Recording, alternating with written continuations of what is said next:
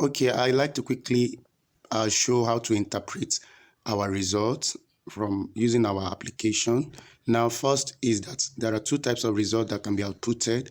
One is cumulative, as you can see here, and another one is non-cumulative, still of the same child.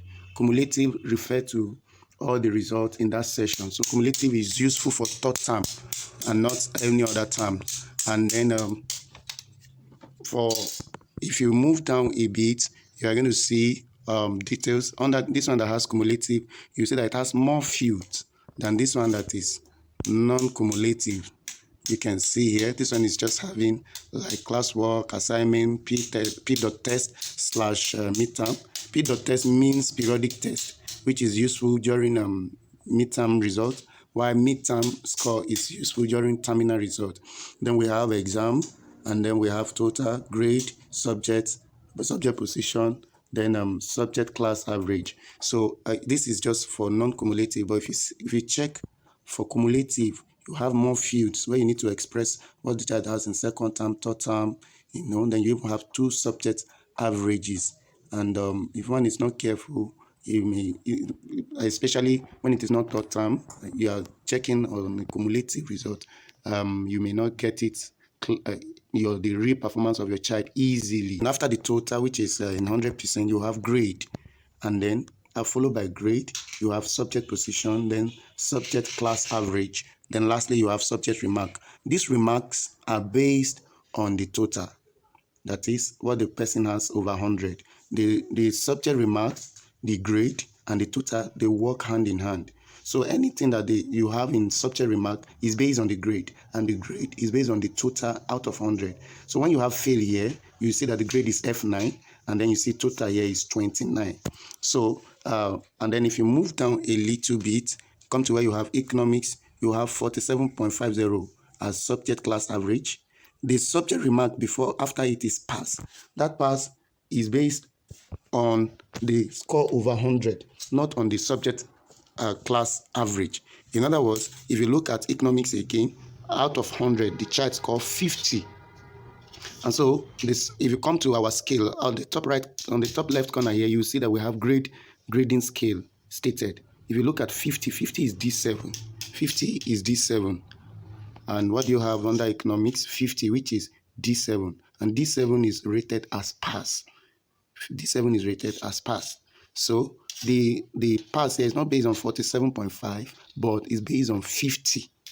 Then if you come down a little bit, okay, this economics, the subject remark is pass, which is 47.5, while